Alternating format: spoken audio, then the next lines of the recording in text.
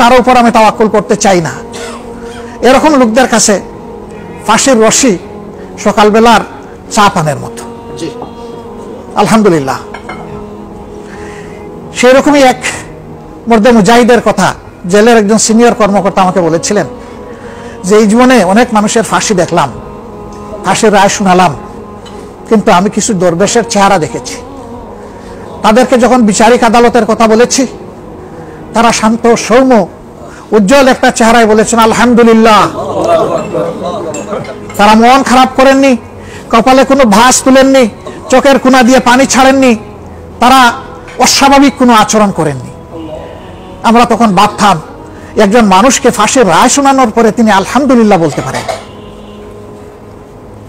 যেদিন ফাঁসি কার্যকর হবে, আত্মীয় স্বজনকে দেখার সুযোগ দেওয়া হয়েছে। যখনই সন্ধ্যার পরে এই সুযোগ আসে, এই লোকেরা বুঝে নেন যে ফাঁসি আজকে রাত্রেই আল্লাহর হুকুমে কার্যকর হচ্ছে। তাদের সাথে সময় কাটানোর পরে তারা এসেছেন, কান্নাকাটি করছেন, কিন্তু ইনাদের কোনো কান্নাকাটি নাই, আফসোস নাই। সবাইকে হাত বুলিয়ে দিচ্ছেন, মায়ার পরশে সান্ত্বনা দিচ্ছেন, সবর এখতিয়ার করার জন্য নাসিহা করছেন। বিদায়বেলা বলছেন তোমরা মন ভাঙ্গা হইও না, সেদিন সব কিছু আমরা ভুলে যাব, যেদিন জান্নাতের সিঁড়িতে মওলা আমাদেরকে মিলিত করে দেবে।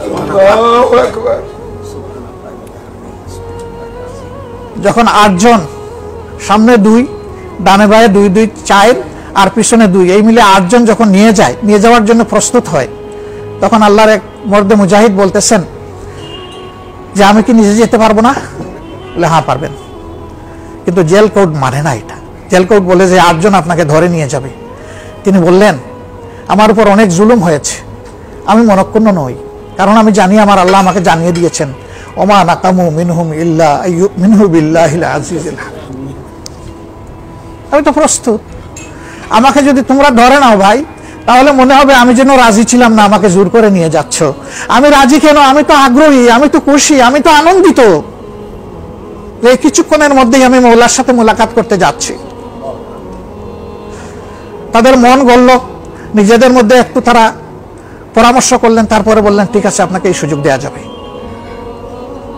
জম টুপি পরানো হয়েছে, উনি বলেছিলেন এই টুপিটা না পরালে হয় না, বলে এটা জেল কোড আমাদেরকে বাধ্য করেছে, আমরা এই ক্ষেত্রেও পারব, আপনার এই রিকোয়েস্ট আমরা মানতে পারবো না। ঠিক আছে, তাহলে আমার সামনে একজন মানুষ থাকো যার পায়ের শব্দ ফলো করে আমি চলে যাব ফাঁসির তক্তার উপরে। সেভাবেই হলো। দাঁড়ালেন, ওখানে যাওয়ার পরে বললো যে এটাই আপনার গন্তব্য। তিনি দাঁড়ায় গেলেন, এরপরে হাতটা উপরের দিকে উঠাইয়া ফাঁসির রশি স্পর্শ করে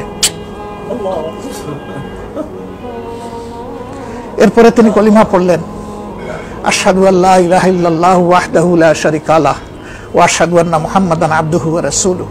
এ ফাঁসির রশি তুমি সাক্ষী থাকো, তোমাকে অন্যায়ভাবে আমার গলায় জড়িয়ে দেওয়া হয়েছে, তুমি শুধু সাক্ষী থাকো, আপনারা আমার ফাঁসি বাস্তবায়ন করুন। আলহামদুলিল্লাহ, আলহামদুলিল্লাহ। বলছিলাম হক কথা বলতে গেলে, হকের পথে চলতে গেলে এই মঞ্জিলগুলো আমাদের সামনে আসবে। আল্লাহর কসম, আল্লাহর কসম, আমরা ভীত নই, আমরা সন্তুষ্ট নই এবং আমরা অনুতপ্ত নই। হ্যাঁ, আমরা যদি মওলার কোনো নাফরমানি করি, কোনো মাখলুকের হক যদি নষ্ট করি, অবশ্যই একবার নয় শতবার আমরা অনুতপ্ত। কিন্তু আমাদেরকে যে ভাবে অত্যাচার এবং জুলুম করা হয়েছে তার জন্য মুঠেই না। আজকে শুধু আমরা মজলুম না, আজকে সমস্ত উলামায়ে কেরাম মজলুম।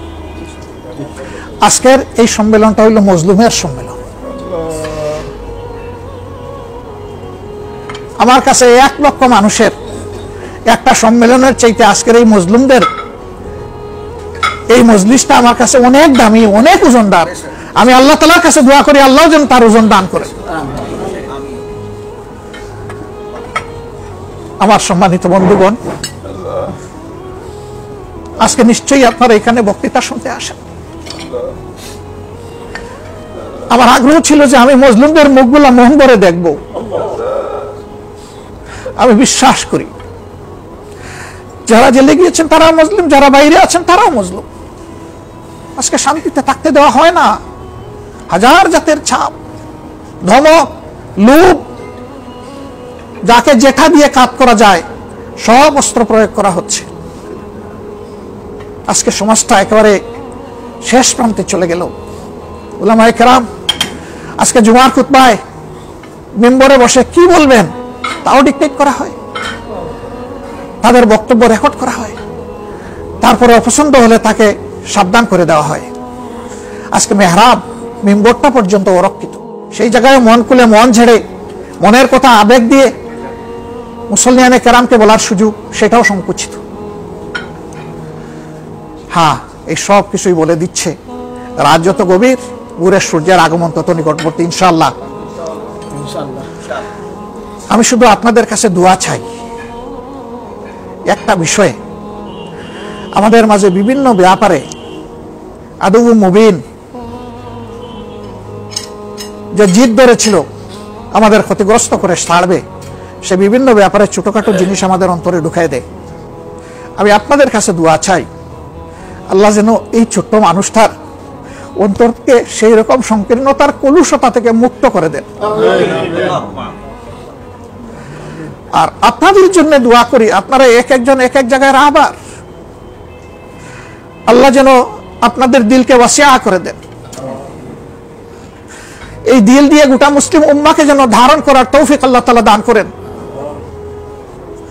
আমরা এক উম্মত, সমস্ত মুসলমানেরা পৃথিবীর যেখানেই থাকুক সকলের জন্য প্রাণ খাদে আমাদের।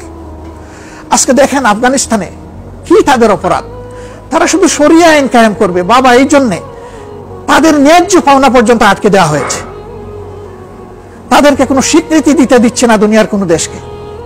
আর মুসলিম দেশের শাসকগুলা এত মাজাবাঙ্গা, এত দুর্বল, এত ব্যক্তিত্বহীন যে আজকে ওদের ভয়ে এত কষ্ট হয়ে তাদের ভাইদের পাশে এসে দাঁড়ানোর সাহস করে না। তুমি থাকলে আমাদের আর কিছুর দরকার নেই। আমরা আপনাদের সামনে দাঁড়িয়ে আমি কথাগুলা বলছি, এগুলা মূলত আপনাদের কাছ থেকেই শোনার আমার আগ্রহ ছিল। সময়ের সংক্ষিপ্ত কলেবরের কারণেই আমার মনের আবেগগুলা আপনাদের সামনে আমি তুলে ধরলাম।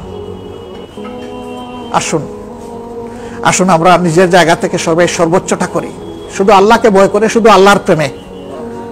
তাহলেই বাংলাদেশ ইনশাআল্লাহ কোরআনের জন্য আবাদ হবে। আগাছা পরগাছা যা আছে সব পরিষ্কার হয়ে যাবে ইনশাআল্লাহ। খড়কুটা ইনশাআল্লাহ তাআলা আজিম ইমানের স্রোতে ভেসে যাবে, এগুলা থাকবে না ইনশাআল্লাহ। এবং আমি ছোট্ট মানুষ, আল্লাহর দেওয়া ছোট দুটি চোখ দিয়েই আমি সেটাই দেখছি আলহামদুলিল্লাহ। আমার মন বলছে তোমরা মন ভাঙ্গা হইও না, তোমরা ধৈর্য হারাইও না, তোমরা ভয় পেও না। আল্লাহ যে কথাটা বলেছেন, ওয়ালা তাহিনু ওয়ালা তাহজানু ওয়া আনতুমুল আ'লাউনা ইন কুনতুম মুমিনিন। আল্লাহ যেন আমাদেরকে সেই মুমিন হওয়ার তৌফিক দান করেন, সেই মানের দাওয়াতটা যেন আমরা সর্বত্র মন খুলে দিতে পারি।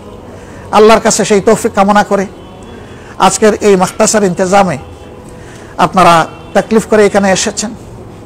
আমি মহান মৌলার প্রতি শুকরিয়া আদায়ের পাশাপাশি আপনাদেরও কৃতজ্ঞতা আদায় করছি। আপনারা যখন নিজের জন্যে, প্রিয় দেশের জন্য, দেশবাসীর জন্যে মন খুলে প্রভুর দরবারে চোখের পানি হাদিয়া করে দোয়া করবেন, আমাদেরকে মেহেরবানি করে আপনাদের দোয়াতে একটু স্মরণ রাখবেন, একটু শামিল রাখবেন। আল্লাহ তাআলা আমাদের সকলকে দিন কায়েমের পথে একে অন্যের সহযোগী হয়ে, সহযোদ্ধা হয়ে আমাদেরকে নৈতিক দায়িত্ব পালনের তৌফিক দান করুন। ওমা তৌফিক ইল্লা বিল্লাহ। আসসালামু আলাইকুম ওয়া রাহমাতুল্লাহি ওয়া বারাকাতুহু।